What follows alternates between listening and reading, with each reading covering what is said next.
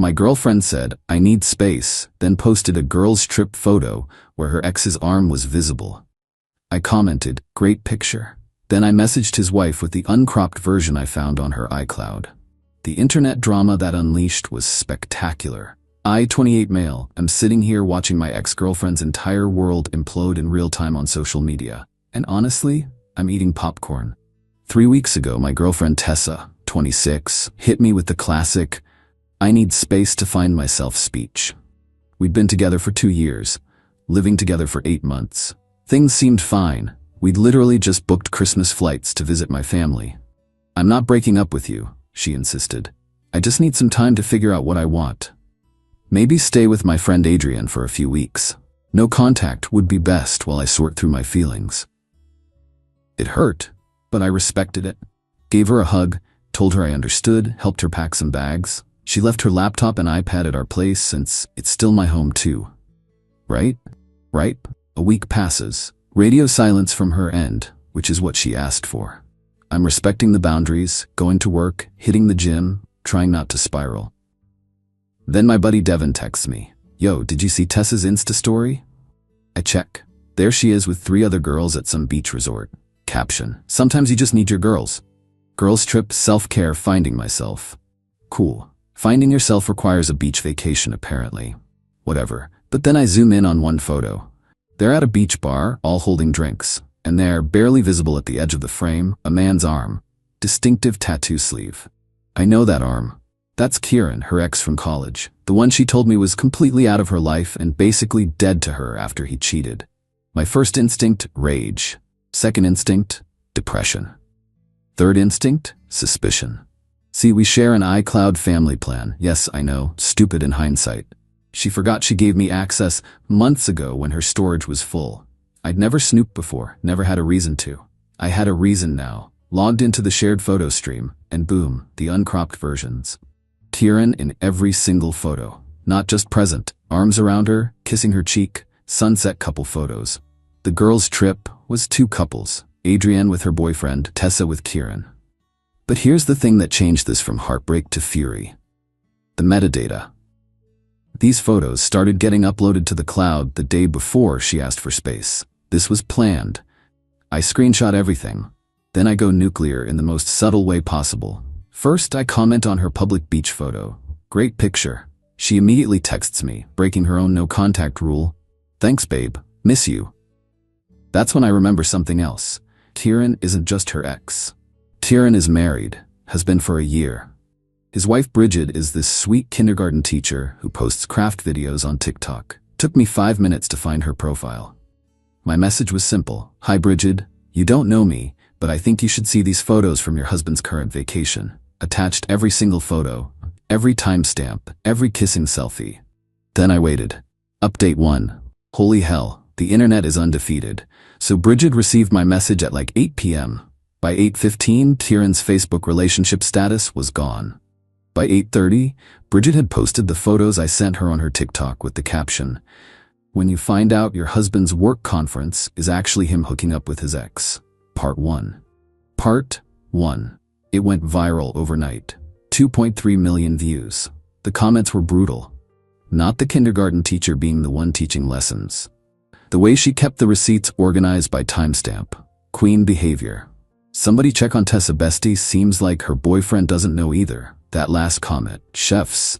No wait, I'm not using that phrase. That comment was perfect. Because suddenly, my DMs were blowing up.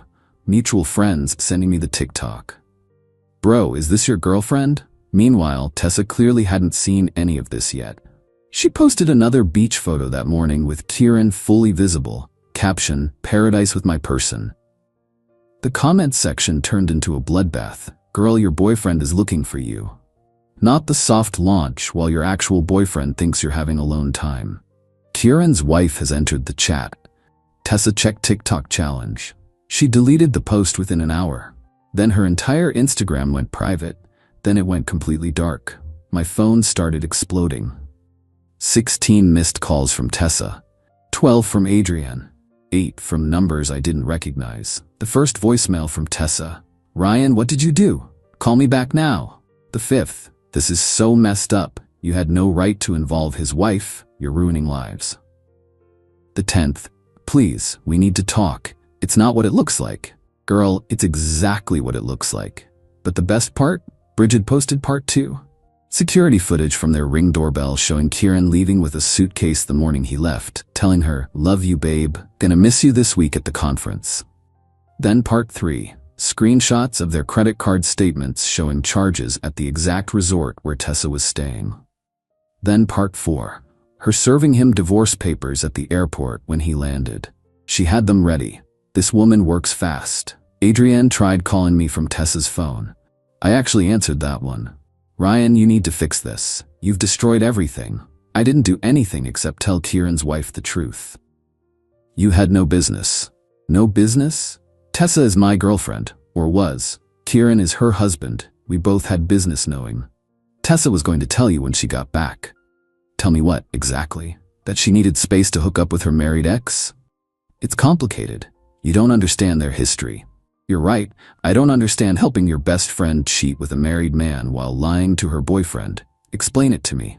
She hung up. Then came the twist. Tessa's mom called me. "Patricia and I always got along great." She was crying. "Ryan, honey, I'm so sorry. I had no idea. She told me she was going on a work retreat." "She lied to you too?" I'm mortified. "I raised her better than this. Are you okay?" "I wasn't expecting that." "I'm processing." "For what it's worth, I think what you did was right. That poor wife deserved to know, and you deserved better than this. At least someone in that family has sense." Update 2. The entitlement came out in full force this week. So Tessa came back early from her girls' trip. Apparently things got uncomfortable after Bridget's TikTok series hit 10 million views, and someone made a whole YouTube documentary about it. Yes, really, it's 45 minutes long and called The Sunset Beach Homewrecker Mystery, a digital detective story. She showed up at our apartment at 7 a.m. on a Tuesday. I was getting ready for work. She still had her key. My mistake, but I was handling one thing at a time. "We need to talk." "No, we don't. You can get your stuff and leave your key." "Ryan, please, you don't understand." "I understand perfectly. You planned a vacation with your married ex before asking me for space.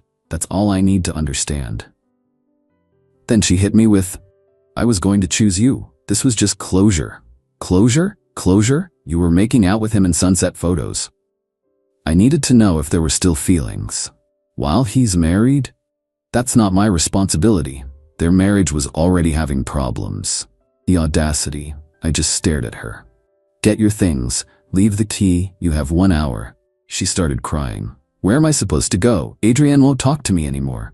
Turns out Adrienne's boyfriend saw the whole thing blow up online and was not happy his girlfriend enabled this mess. They broke up too. Not my problem.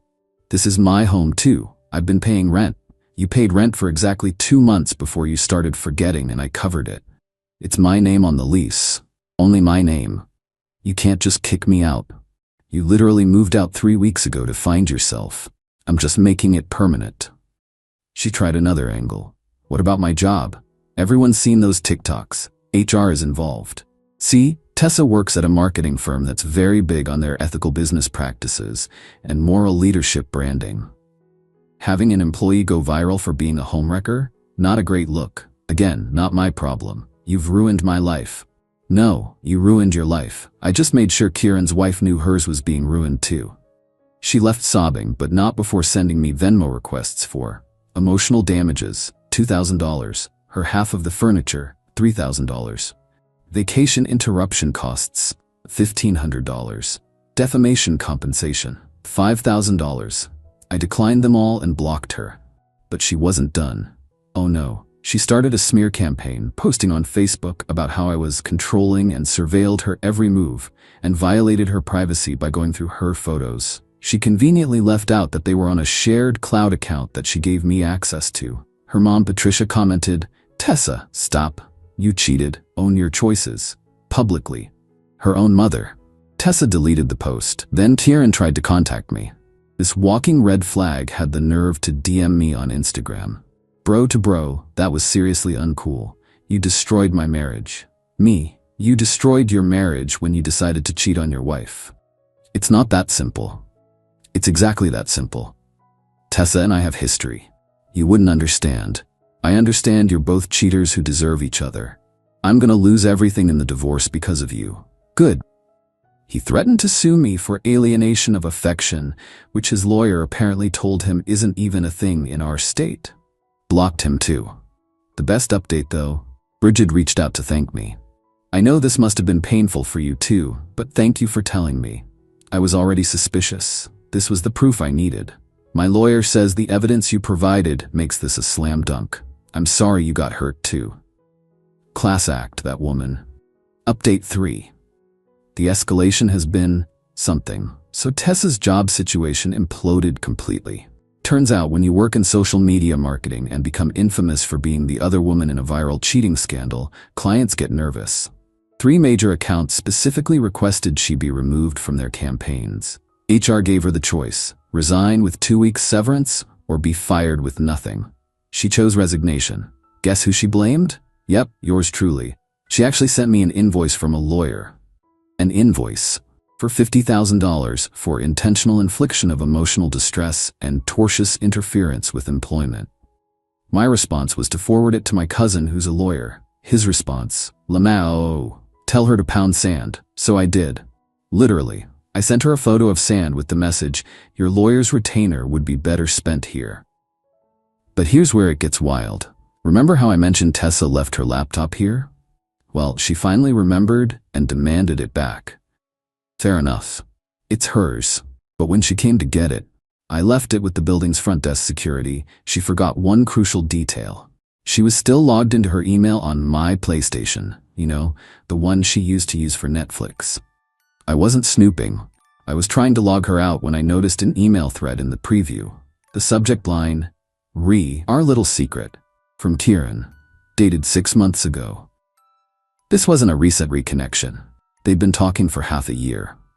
Planning this, while she lived with me, while we planned our future, while I helped cover her rent because she was struggling financially. The emails detailed their meetups when I was at work. When she said she was at girls' nights. When she visited her sick grandmother, who Tapo commented on Facebook last week that she hasn't seen Tessa in over a year. I took screenshots of everything before logging her out. Not to post anywhere, I'm not that petty, but for my own closure, to know I wasn't crazy. All those times I felt something was off, but she gaslit me into thinking I was paranoid, I was right. Then karma hit in the most beautiful way. Bridget's divorce lawyer subpoenaed Tessa as a witness. Apparently, in their state, infidelity affects asset division, and they needed Tessa's testimony about the timeline of the affair. Tessa called me screaming, I have to testify under oath because of you. No, you have to testify under oath because you had an affair with a married man. They want my phone records, my emails, everything. Should have thought about that before. Can't you tell them to leave me alone? How would I even do that? And why would I? Because if you ever loved me, you'd help me. If you ever loved me, you wouldn't have been cheating for 6 months. Silence. Then, how did you log out of your accounts when you leave someone's apartment? Basic Digital Security 101. She hung up, but the absolute peak entitlement came from Adrienne. She found my LinkedIn and messaged me there because I'd blocked her everywhere else. You owe Tessa an apology. She's staying on my couch and cries every night. She lost her job, her reputation, and her future because you couldn't handle a break with dignity. A real man would have fought for her instead of destroying her. You're pathetic. My response, a real friend wouldn't have enabled her infidelity. Also, I thought you weren't talking to her anymore? Guess your boyfriend leaving you changed that calculation. Misery loves company, huh? She reported me to LinkedIn for harassment. They reviewed it and found no violation. Meanwhile, Patricia, Tessa's mom, sent me a Venmo for $500 with the note. For the rent Tessa should have paid. I'm sorry.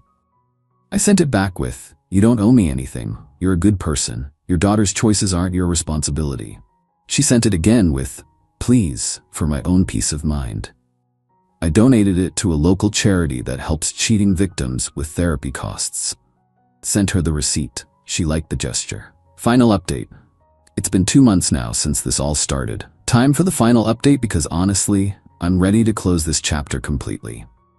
The legal threats came to nothing. Tessa's lawyer dropped her after she couldn't pay the retainer. Kieran's lawyer told him he had no case. The only real legal action was Bridget's divorce, which was finalized last week. She took him to the cleaners, got the house, the better car, and alimony. Queen really did deserve better. Tessa's professional life never recovered. The marketing world in our city is surprisingly small, and being the face of a viral cheating scandal doesn't exactly scream trustworthy brand representative. Last I heard through the grapevine, she moved back to her hometown 3 hours away to work at her dad's insurance office. But before she left, she tried one more absolutely bonkers move. She started a podcast. I'm not kidding. Called Truth and Consequences, My Side of the Story. Episode 1, The Surveillance State of Modern Relationships, about how I violated her privacy. Episode 2, When Love Becomes Control, implying I was abusive, with 0 examples because there were none. Episode 3, The Internet Mob Mentality, about how going viral ruined her life. Each episode got ratioed to hell in the comments. The podcast hosting platform actually removed it after episode 3 for violating community guidelines against harassment, since she kept naming me and Bridget specifically. But my favorite part? Bridget started her own TikTok series called Rebuilding After Betrayal. It's actually really positive and helpful, about healing, recognizing red flags, and starting over. She has 500K followers now and just got a book deal. She sent me an advance copy with a note. None of this would have happened without your honesty. Thank you for giving me my life back. As for me, I'm doing pretty well. Therapy helped a lot. Turns out finding out your girlfriend cheated for 6 months doesn't number on your trust issues. Who knew? I redecorated the apartment, got a promotion at work, and started dating again. Met someone nice, actually. Her name's Claire. Funny thing, she recognized me from the TikTok story on our first date. I thought I was done for, but she said, "Oh good, so you know cheating's a deal breaker. That saves us that conversation." She's a keeper. Last week I got one final text from a number I didn't recognize. "This is Tessa. I know you hate me and you have every right to. I just wanted you to know that I realize now how badly I screwed up. Kieran left me for someone else the moment his divorce was final. I lost everything for someone who didn't even want me. I'm in therapy now, trying to figure out why I do these things. I'm sorry for everything. You deserved better." I didn't respond. There's nothing to say. But I did finally feel closure, peace, something like that. The funny thing about this whole mess is that if she'd just been honest and broken up with me, it would have sucked. But I would have moved on. Instead, she chose to lie, cheat, gaslight, and then play victim when caught. She created her own downfall. But I learned something valuable. When people show you who they are through their actions, believe them. Don't let words convince you otherwise. And never, ever share iCloud accounts with someone you're dating.